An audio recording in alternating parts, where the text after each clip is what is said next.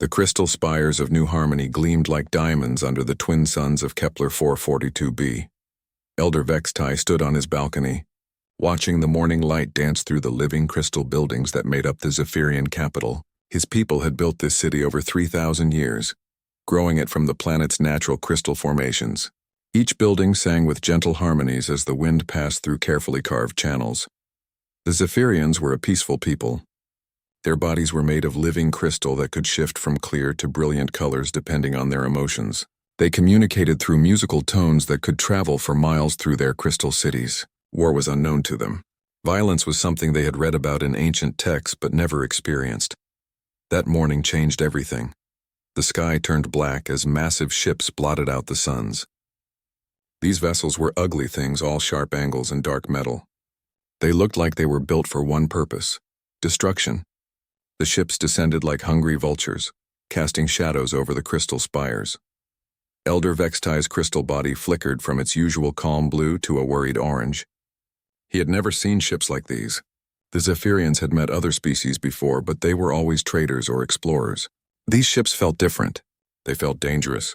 The first blast hit the outer city without warning. A beam of red energy sliced through one of the singing towers, and the beautiful crystal structure collapsed in a shower of glittering fragments. The harmony that had filled the air for centuries was replaced by a terrible silence. More ships poured from the sky. Soldiers in black armor jumped from landing craft, their weapons crackling with deadly energy. They were large reptilian creatures with scaled skin and glowing red eyes. Metal implants covered parts of their bodies, making them look more machine than living being. These were the Kreks, though the Zephyrians did not know this yet. War Commander Thokmar stood in the command center of his flagship, watching the attack unfold on his screens. He was a massive creature, even by Krek standards. Scars covered his scaled face, and a cybernetic eye glowed red in his skull. He had conquered 47 worlds, and this would be 48. Too easy, he growled to his officers. These crystal beings don't even fight back. Load them into the slave barges. Their bodies will be perfect for mining operations in the deep space colonies. The Zephyrians tried to resist, but they had no weapons. Their entire culture was built around harmony and peace. They had never needed to fight. Their crystal bodies were strong, but the Krek's energy weapons cut through them easily. Within hours, thousands of Zephyrians were loaded into floating prison ships. Elder Vextai watched his people being captured from his hiding place in the underground caverns beneath the city. His crystal body had turned a deep purple with grief. Beside him, Scholar Yilhan worked frantically at an ancient device. The quantum beacon, Yilhan explained, her musical voice filled with desperation. It was built by our ancestors long ago, meant to call for help across the stars. I never thought we would need to use it. Will it work? Vextai asked. I don't know. The signal will travel through fold space to reach other worlds, but whether anyone will answer. She trailed off, her body flickering from hope yellow to doubt gray. Above them, the crystal city burned. The Krek soldiers moved through the streets like a plague, capturing every Zephyrian they could find. Their leader, a captain named Groktar, laughed as he watched the crystal beings cower before his troops. Look at them, he snarled. They sing pretty songs but can't throw a punch. The mining guilds will pay well for workers this docile. In the caverns below, Yilhan activated the beacon. The device hummed to life, its crystal core glowing brighter and brighter. She poured all of her people's desperation into the message, using the harmonic frequencies that carried emotion as well as words. Any who can hear this, she sang into the beacon. Our people are dying. The darkness has come to Kepler 442b. We are peaceful. We have no weapons, no armies. But we have done no wrong. Please, if there is anyone out there who believes that innocent people should not suffer, we beg for salvation. Help us. The signal burst from the planet at faster than light speed, carrying the Zephyrians' plea across the galaxy. It reached the Altarian Confederation first, where Chancellor Rindar heard the message and felt sympathy. But Altair was too far away, and their own borders were threatened by aggressive neighbors. They could not help. The signal reached the Centauri Republic, where merchant princes heard opportunity in the message. They sent a reply offering weapons and mercenaries, but their price was too high. The Zephyrians had nothing to trade. 17 different species received the distress call. Most ignored it. The galaxy was full of suffering, and the Krek's dominion was too powerful to challenge. Getting involved would only bring destruction to their own worlds. But the signal traveled farther, to a small yellow star in an unremarkable corner of the galaxy. There it was picked up by a patrol ship belonging to a species that most of the galaxy had never heard of, a species that called themselves humans. Captain Jake Morrison was conducting a routine patrol near the Outer Rim colonies when the message reached his ship, the UES Guardian. He was a career military officer with gray hair and steady hands. He had fought pirates and raiders for 20 years, but he had never seen anything like this. His communications officer, Lieutenant Ben Carter, replayed the message several times. "Sir, this is coming from way outside our territory. The signal is unusual. It carries emotional frequencies along with the words. These beings are terrified." Morrison listened to the message again. Even though the words were translated by the ship's computer, he could feel the desperation in the alien voices. Somewhere out there, innocent people were dying and no one was helping them. "Set course for Earth," Morrison ordered. "Priority 1. Command needs to hear this." As the Guardian jumped to faster-than-light speed, heading for humanity's home system, the situation on Kepler 442b grew worse. The Kreks had finished loading the captured Zephyrians into their slave barges. War Commander Thokmar prepared to strip-mine the planet's crystal formations. In the underground caverns, the remaining free Zephyrians huddled together, their crystal bodies dim with despair. Elder Vextai tried to keep hope alive, but it was difficult. No one had answered their call for help. Perhaps no one ever would. Far across the galaxy, humanity was about to make a decision that would change everything. They didn't know it yet, but they were about to introduce themselves to the galaxy in the most explosive way possible. The sleeping giant was beginning to stir. The emergency session at Terra Command had been going for 6 hours. Admiral Lisa Kane stood at the head of the long conference table, her dark eyes studying the faces of Earth's military and political leaders. The Zephyrian distress signal played for the 5th time, its haunting harmonies filling the room. "We've never encountered anything like this," said Dr. Patricia Webb, humanity's leading expert on alien life. She was a small woman with kind eyes, but her voice carried authority. "The emotional components in their communication are incredible. These beings don't just speak words, they share feelings. And what I'm hearing is pure terror." General Ryan Torres, head of the Colonial Marines, leaned forward. He was a big man with scars on his hands from the Titan Rebellion. "Ma'am, with respect, we don't know these Zephyrians. We don't know this Krex Dominion either. Getting involved could bring a war to our doorstep." President Nathan Cross had been quiet during most of the meeting. He was young for a president, but the colonial expansion had demanded fresh leadership. Now he spoke carefully. "What are our capabilities, Admiral?" Admiral Kane activated the holographic display showing human military assets. "The 5th Fleet is currently assembled for training exercises near Jupiter. 12 ships, including the flagship UES Retribution. The Colonial Marines have 3 full battalions ready for deployment. Special Forces units are on standby." "Against an unknown enemy with unknown technology," Torres pointed out. Dr. Webb pulled up her analysis of the Krex transmissions they had intercepted. "Actually, General, we do know something about their technology. It's advanced, but not beyond our understanding. More importantly, their tactics are straightforward. They rely on overwhelming force and intimidation." The room fell silent as Captain Morrison's recording played again. The veteran officer had been present when they first received the signal, and his report was simple and direct. "These crystal people asked for help," Morrison had said. "No demands, no threats, just a plea from the dying to anyone who would listen. In 20 years of service, I've never heard anything like it." Admiral Kane made her decision. "I'm recommending immediate military intervention." The debate that followed was fierce. Some council members argued that humanity should remain hidden. They had only achieved faster-than-light travel 50 years ago. Their colonies were scattered and vulnerable. Why risk everything for aliens they had never met? But Dr. Webb's next analysis changed everything. She had run the Zephyrian message through every computer system they had, studying not just the words but the emotional undertones. "This isn't just a distress call," she announced. "It's a death song. In their culture, these harmonic patterns are reserved for the moment when a species faces complete extinction. They're not just asking for help, they're saying goodbye to the universe." The room went silent. President Cross stood slowly. "How long do we have?" "Based on the Krex ship movements we've detected, maybe days," Admiral Kane replied. "Then we go," Cross said simply.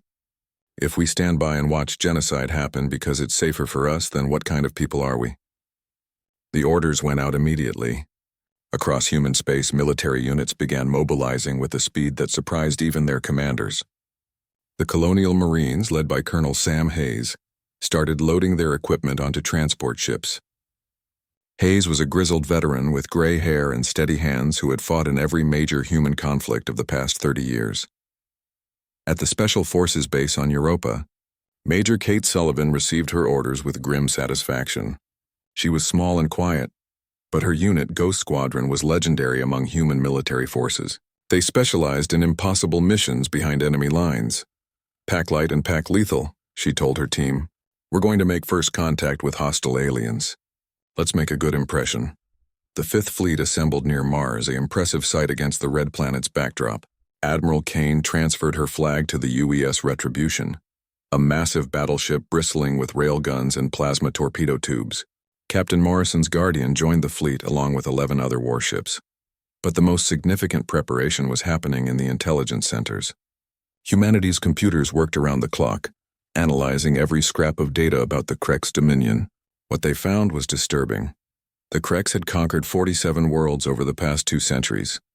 Their method was always the same: overwhelming attack, capture of civilians for slave labor, strip mining of resources. They had never faced serious resistance.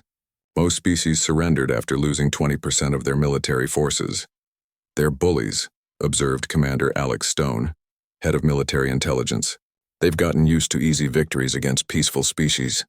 But they've never fought anyone who fights back harder when wounded." Dr. Webb was studying something else: the psychological profiles of conquered species. Every species the Krex have defeated shared common traits. They fought for territory or resources. When the cost got too high, they surrendered. But humans, we fight for ideas, Admiral Kane finished. For justice. For the right of people to exist in peace. Exactly. And that's something the galaxy has never seen before. The fleet preparation took 18 hours. Ships were loaded with weapons, medical supplies, and most importantly, Marines. 3,000 of humanity's finest soldiers prepared for a battle unlike any they had ever fought. Colonel Hayes addressed his troops before departure.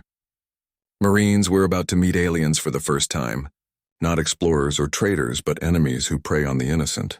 They've conquered 47 worlds because no one was willing to fight them hard enough. Today they meet humanity." Major Sullivan's briefing was shorter and deadlier. "Ghost Squadron, we're going in first. Our job is to rescue as many civilians as possible, while the fleet handles the warships. Remember, we're not just fighting for ourselves. We're fighting for people we've never met, who asked for help when no one else would answer." As the fleet prepared to jump to faster-than-light speed, Dr. Webb made one final report to Admiral Kane. "Ma'am, I've been thinking about something. We're about to introduce ourselves to the galaxy. This will be first contact for dozens of species who will be watching. What we do at Kepler 442b will define how the universe sees humanity for generations." Admiral Kane nodded grimly. "Then we'd better make sure we give them the right impression." The fleet jumped to hyperspace, beginning a journey that would take them across half the galaxy. Behind them, Earth continued its preparations. If the Krex retaliated, humanity would be ready. But the real question was whether the galaxy was ready for humanity. War Commander Thokmar had no idea what was coming. In his long career, he had faced the desperate attacks of dying species many times. They all followed the same pattern: a few ships badly coordinated, easily destroyed. He expected the same from these humans if they were foolish enough to interfere. He was about to learn that some species fight differently when they have nothing to lose but their honor. The human fleet dropped out of hyperspace at the edge of the Kepler 442 system, like a pack of hunting wolves. Admiral Kane stood on the bridge of the UES Retribution, her face hard as stone as she watched the tactical display update with enemy positions. "My God," whispered Captain Morrison from his position at the communication station. "Look what they've done to the planet." Kepler 442b was barely recognizable. The beautiful crystal cities that had gleamed like jewels were now smoking ruins. Massive Krex harvester ships hung over the planet like mechanical vultures, their mining beams tearing into the crystal formations. Floating prison barges drifted in orbit, packed with thousands of Zephyrian civilians. 18 Krex warships, reported the tactical officer, plus support vessels in the prison barges. They're not even maintaining a defensive formation. They think they own this system. War Commander Thokmar received the alert about the approaching ships while he was inspecting his newest batch of slaves. The Zephyrian prisoners huddled in their holding cells, their crystal bodies dim with despair. He barely glanced at the tactical report. Humans? He growled to his aide, Captain Groktar. Never heard of them. Probably another weak species trying to negotiate for these crystal miners. Open communications. I'll tell them to leave before I decide to enslave them too. On the Retribution's bridge, Admiral Kane received the incoming transmission. The image that appeared on screen was Nightmare Fuel, a massive reptilian creature with glowing cybernetic implants and scars covering his scaled face. When Thokmar spoke, his voice was like grinding metal. Unknown vessels, this is War Commander Thokmar of the Krex Dominion. You are interfering with legitimate military operations. Leave immediately or join these pathetic crystal creatures in the mining pits. Admiral Kane stepped forward, her voice cold as space. This is Admiral Lisa Kane of the United Earth Space Forces. You will immediately cease your attack on the Zephyrian people and withdraw from this system. This is your only warning. Thokmar's laugh was like breaking glass. Earth, humans? I have conquered 47 worlds, little creature. I have never heard of your species, which means you are weak and irrelevant. You have 10 minutes to jump away before I add your ships to my collection. Admiral, came the voice of Colonel Hayes from the Marine transport ship. My boys are locked and loaded. Just give us the word. Major Sullivan, Kane called to the Ghost Squadron commander. Are your teams ready for prisoner rescue? Ready and eager, ma'am. We've identified the main prison barge. Get us close enough and we'll have those civilians out in 30 minutes. Admiral Kane turned back to the communication screen where Thokmar waited smugly. War Commander, you asked what species we are. Allow me to demonstrate. What happened next became known throughout the galaxy as the Kepler demonstration. The human fleet didn't just attack, they unleashed warfare refined through centuries of human conflict. The railgun batteries opened fire first, accelerating depleted uranium slugs to 30% of light speed. The projectiles hit the nearest Krex cruiser and punched completely through its armor, turning the interior into superheated plasma. Plasma torpedo spreads followed, overwhelming the Krex point defense systems. These weren't the energy weapons most species used. They were physical projectiles that carried fusion warheads. When they detonated, they turned space itself into a burning hell. But the real terror came from the Hellfire drones. These were self-guided weapons that locked onto enemy ships and pursued them with relentless intelligence. Unlike simple missiles, the drones could think, adapt, and coordinate with each other. They hunted Krex vessels like predators stalking prey. What are these weapons? Screamed Captain Groktar as his ship shuddered under impact. They're not following standard patterns. War Commander Thokmar watched in growing horror as his fleet began to disintegrate. The humans fought unlike anything he had ever seen. Most species used predictable tactics, line up, exchange fire, hope for the best. But the human ships moved like living things, using the asteroid field as cover, coordinating their attacks with precision that seemed impossible. Then the Marines arrived. Colonel Hayes led the assault personally, his powered armor gleaming as his transport ship rammed directly into the side of a Krex destroyer. 300 Marines poured through the breach, their weapons blazing. These weren't the careful defensive fighters the Krex was used to facing. These were humans who had learned warfare in the tunnels of Titan and the zero-gravity battles around Europa. The Krex soldiers found themselves facing an enemy that defied everything they understood about combat. When wounded, humans fought harder. When outnumbered, they became more dangerous. When cornered, they turned into something that nightmares were made of. They don't stop, radioed a Krex squad leader before his transmission cut to static. We've killed 3 of them, but the rest just keep coming. Major Sullivan's Ghost Squadron had their own mission.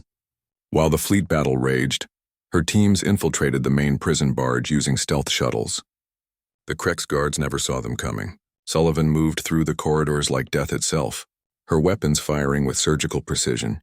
She found Elder Vextai in the deepest part of the prison ship, his crystal body nearly transparent with despair. When he saw the human soldier, his colors shifted to confused hope.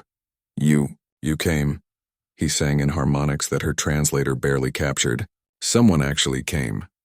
We heard your call, Sullivan replied simply. Let's get you and your people out of here. But it was in the torture chambers that Major Sullivan encountered something that changed her forever. The Kreks had been experimenting on captured Zephyrians, trying to understand their crystal biology. The sight of the innocent beings subjected to such cruelty triggered something in Sullivan that even her special forces training hadn't prepared her for. The Kreks guards in that section were found later by their own rescue teams. They had been taken apart with surgical precision, each piece left where the tortured Zephyrians could see it. It was a message that needed no translation. This is what happens to those who prey on the innocent. Within 6 hours, the battle was over. The Kreks fleet was completely destroyed. Not defeated, not driven away, but annihilated. Not a single ship escaped to carry word of what they had faced. War Commander Thokmar himself was captured alive when his flagship was boarded by Colonel Hayes personally. The mighty conqueror of 47 worlds cowered before a gray-haired human marine who looked at him with nothing but cold contempt. "Please," Thokmar begged. "I surrender, I yield. Take me prisoner. That is the galactic law of war." Hayes studied the alien that had caused so much suffering. "The galactic law of war doesn't apply here, Commander. This is Earth law now, and under Earth law, genocide is punishable by death." The liberation of the Zephyrian prisoners took several hours. Many were injured, all were traumatized, but they were alive. As Elder Vextai was helped aboard a human medical ship, his crystal body began to glow with colors the humans had never seen. The harmonics of gratitude so pure it needed no translation. Across the galaxy, other species monitored the battle through various intelligence networks. The recordings spread like wildfire through diplomatic channels. The images were always the same: massive Kreks warships being torn apart by these unknown humans. Marine soldiers boarding enemy vessels with a ferocity that left observers stunned, and the complete annihilation of a fleet that had terrorized the galaxy for centuries. The galactic community watched in stunned silence. As these humans did something no species had done in generations, they didn't just fight the Kreks dominion, they destroyed it completely. More importantly, they had done it not for conquest or resources, but for people they had never met who had asked for help. On Earth, President Cross received Admiral Kane's after-action report with growing amazement. The rescue was a complete success. Every surviving Zephyrian had been freed. The Kreks' threat to their world was eliminated, and humanity had suffered minimal casualties. But Dr. Webb's analysis of the galactic reaction was more sobering. "Mr. President, we've just announced ourselves to the universe in the most dramatic way possible. Every major species is asking the same question: who are these humans and what do they want?"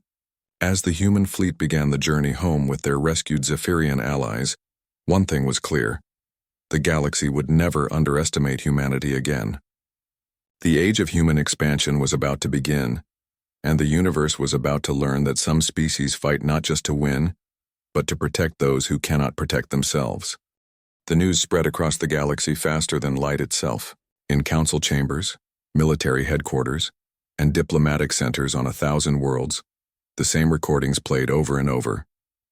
The complete destruction of War Commander Thokmar's fleet by an unknown species called humans had shocked every major civilization. On Altair Prime, Chancellor Rindar studied the battle footage for the 15th time. The Altarians were an ancient species, tall and elegant with pale blue skin and large silver eyes.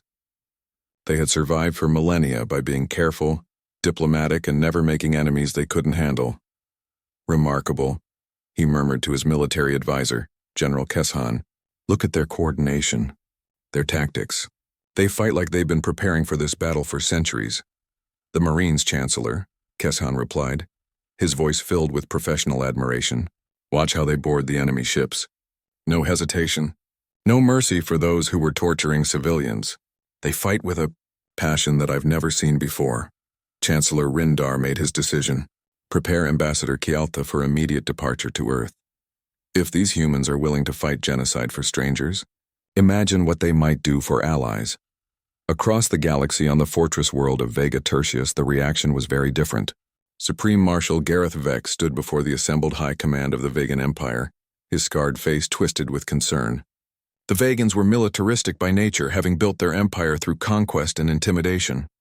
"These humans are a threat," he declared, his voice echoing through the war room.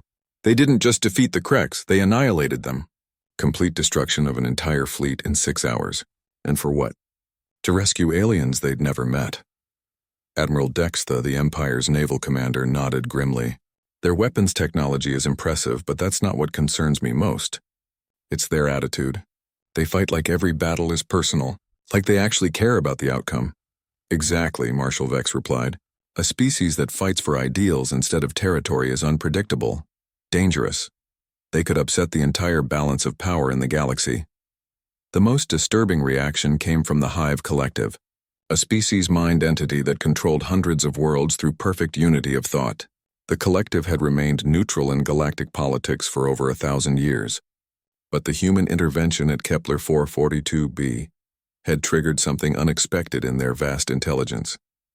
In the biomechanical chambers of their homeworld, millions of hive drones connected their thoughts to analyze the human battle tactics. What they discovered terrified them more than anything had in centuries. Adaptation rate, unprecedented, the collective's analysis concluded. Combat creativity, beyond predicted parameters. Species shows capacity for unlimited tactical evolution. Threat assessment, potentially absolute. For the first time in a millennium, the Hive Collective began preparing for war. On Earth, President Cross found himself dealing with a situation no human leader had ever faced.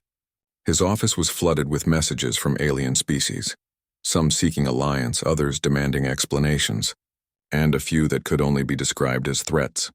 12 species want to establish embassies, reported Secretary of State Margaret Brown. 6 are offering technology exchanges. 3 are asking for military assistance against their own enemies. In the Vegan Empire, well, they're not happy. Admiral Kane spread out the intelligence reports on the president's desk. Sir, we've stirred up a hornet's nest. Half the galaxy sees us as potential allies. The other half sees us as a threat. And honestly, they're both right. Dr. Webb entered with her latest analysis, her face troubled. Mr. President, I've been studying the intercepted communications. We're not just different from other galactic species. We're fundamentally alien to their way of thinking. How so? Cross asked. Most species fight for practical reasons, territory, resources, survival. But we fought at Kepler 442b for something they don't understand, the principle that genocide is wrong, regardless of who the victims are. That concept terrifies them because it means we might interfere anywhere, anytime, if we think innocent people are suffering. The first alien diplomat to reach Earth was Ambassador Keeltha from the Altarian Confederation.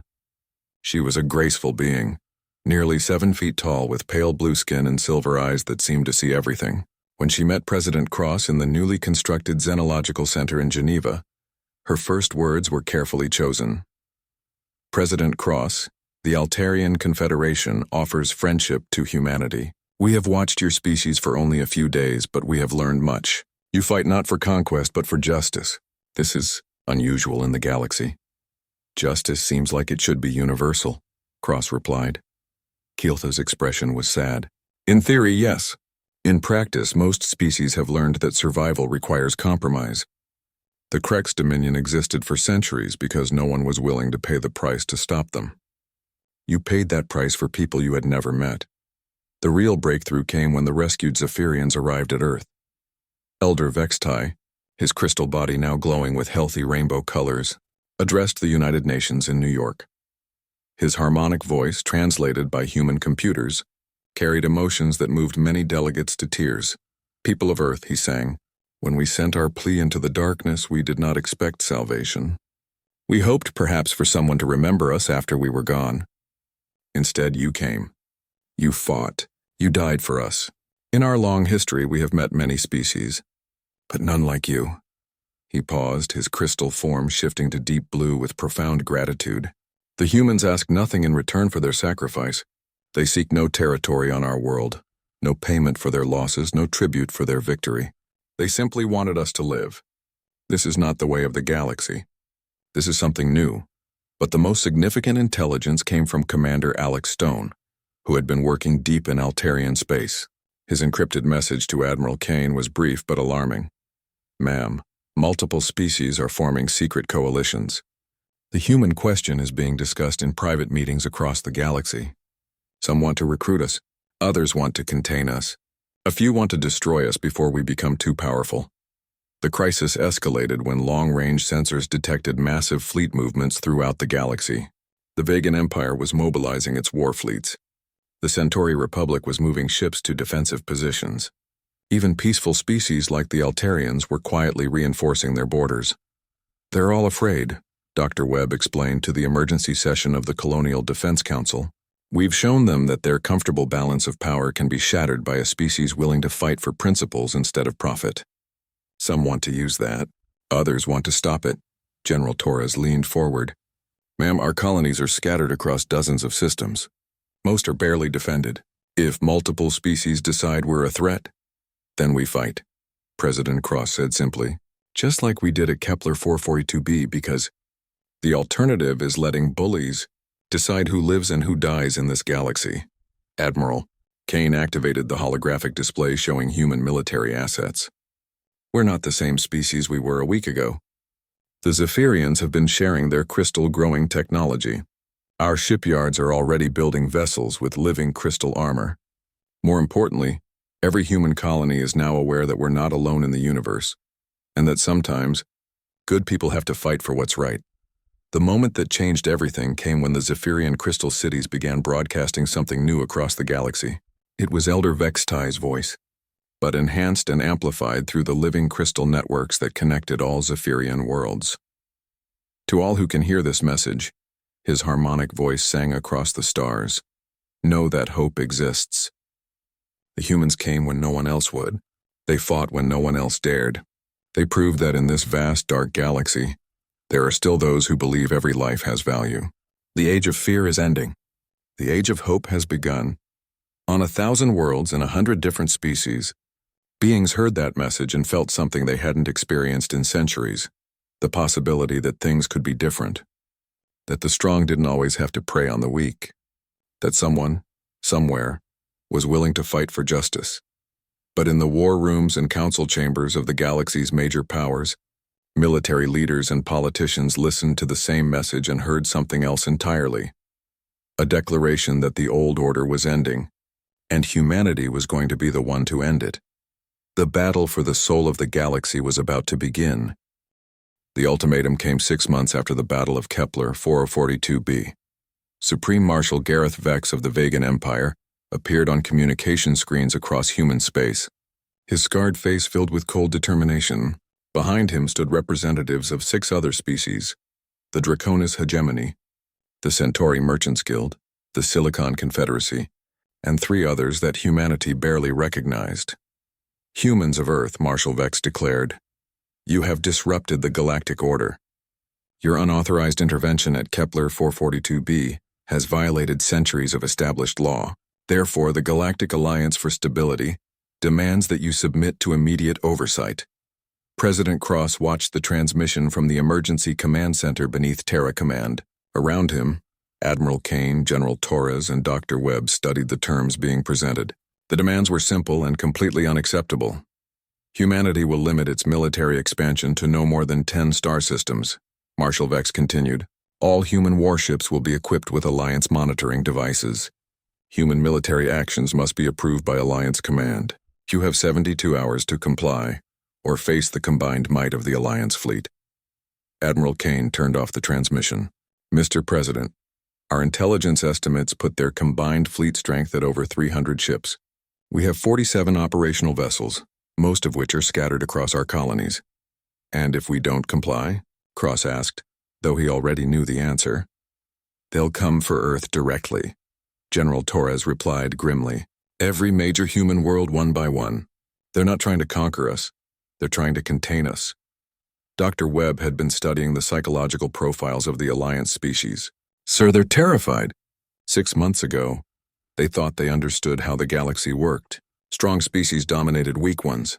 Everyone accepted their place in the hierarchy.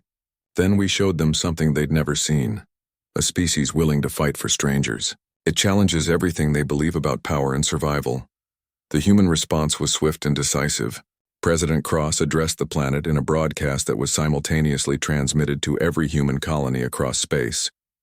"Citizens of Earth and the colonies," he began, "we have been given an ultimatum by an alliance of alien species. They demand that we limit our expansion, monitor our ships, and seek their permission before defending innocent people from genocide. My response is simple. Humanity bows to no one. Across human space, the reaction was immediate. Colonial militias began mobilizing. Civilian ships volunteered to carry supplies to the fleet. Most importantly, the veterans of Kepler 442b, Marines, Navy personnel, and Special Forces operators began requesting immediate redeployment. Colonel Hayes, now commanding the expanded Marine Corps, addressed his troops on the transport ship UES Determination. Marines, 6 months ago we proved that humans don't abandon innocent people to murderers. Today we're going to prove that humans don't surrender their freedom to bullies. Major Sullivan's Ghost Squadron had grown from a single special ops team to an entire division of elite soldiers. Her briefing was characteristically direct. The Alliance thinks they can intimidate us because we're outnumbered. They're about to learn that humans fight differently when our homes are threatened. The crisis came to a head at the Battle of the Centauri Gate, where the human Third Fleet, under the command of Admiral Tony Martinez, encountered the Alliance Armada. Martinez was a veteran of the Mars Uprising, a small man with steady hands and eyes like steel. The Alliance fleet was impressive, over 300 ships representing the combined military might of 7 species. They had plasma cannons, particle beam weapons, and shielding technology that had dominated galactic warfare for centuries. But they had never fought humans before. Admiral Martinez came the communication from Alliance. Fleet Commander Vextai, no relation to the Zephyrian Elder. You are outnumbered 10 to 1.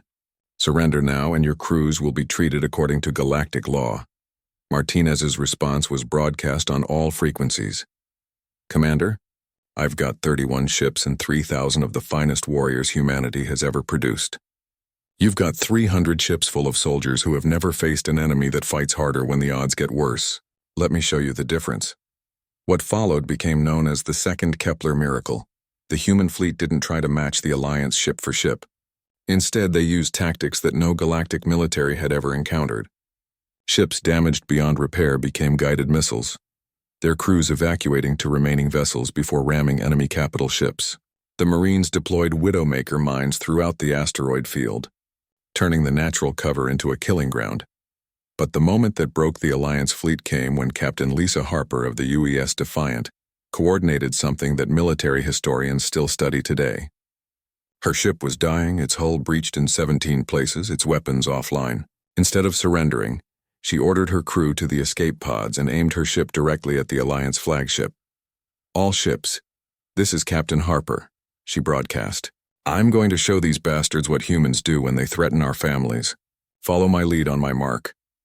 The synchronized faster-than-light ram that followed destroyed not just the Alliance flagship, but shattered their entire formation. 7 human ships, their crews safely evacuated, materialized inside the enemy fleet at light speed. The explosions lit up the Centauri system like a new sun. Commander Vextai watched in horror as his overwhelming advantage evaporated in minutes. His ships were more advanced, his weapons more powerful, his shields stronger. But none of that mattered against an enemy that turned their own deaths into weapons. They're insane, screamed Captain Druckmar of the Silicon Confederacy. They're actually ramming us with their own ships. Fall back, Vextai ordered, but it was too late. The human fleet, now reduced to 13 operational vessels, pressed their attack with a ferocity that left the Alliance forces stunned. Admiral Martinez himself led a Marine boarding action against the Vegan Empire's command ship, fighting his way to the bridge with a plasma rifle in one hand and the flag of Earth in the other. The Battle of Centauri Gate lasted 18 hours. When it was over, the Alliance had lost over half their fleet. The human Third Fleet was reduced to 8 ships, but they had achieved something impossible, a decisive victory against overwhelming odds. The aftermath was swift and far-reaching. The Silicon Confederacy withdrew from the Alliance, declaring neutrality. The Centauri Merchants Guild sued for peace, offering trade agreements. 2 other species simply disappeared from Alliance. Communications entirely supreme.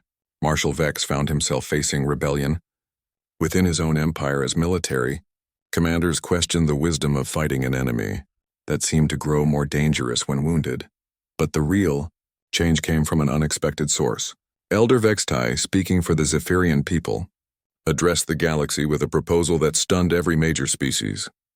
The Zephyrian Accords, he announced, his crystal body glowing with hope colors. Propose a new foundation for galactic civilization. No species shall be enslaved. No world shall be stripped of its resources without consent. No people shall face genocide while others stand by in silence. The accords were simple but revolutionary. They established humanity as a recognized power with full rights in galactic affairs. They created refugee protection laws and intervention protocols for genocide. Most importantly, they limited military conquest and established the principle that every sapient species had the right to exist. 57 species signed the accords within the first month. The Altarian Confederation became humanity's first formal ally. Even some former Alliance members requested admission to what became known as the Free Worlds Coalition. President Cross addressed the signing ceremony on Earth, with Elder Vextai beside him, and Ambassador Kieltha representing the growing alliance of free species. 6 months ago, we received a cry for help from across the galaxy, Cross said. We answered that call not because we expected reward, but because it was right. Today, we establish new principles for galactic civilization, that might does not make right, that the strong have a duty to protect the weak, and that every species deserves the chance to determine its own destiny. Dr. Webb's final report to the Colonial Council captured the magnitude of what had changed.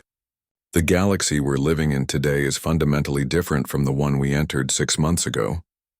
The old system based on fear and domination is cracking. Species that have been silent for centuries are finding their voices. And at the center of it all is humanity. Not as conquerors, but as the ones who proved that different was possible. But the real victory came in the form of a message that reached Earth 3 months later. It was from a species called the Thylaxi, crystal beings similar to the Zephyrians, who lived in a distant spiral arm. People of Earth, their harmonic message sang, "Our oppressors tell us that resistance is futile, that no one will come to help us. But we have heard the story of Kepler 442b. We know that somewhere in the galaxy, there are those who answer when the innocent cry for help. We do not ask you to save us. We ask only that you remember us when we are gone." Admiral Kane stood beside President Cross as they listened to the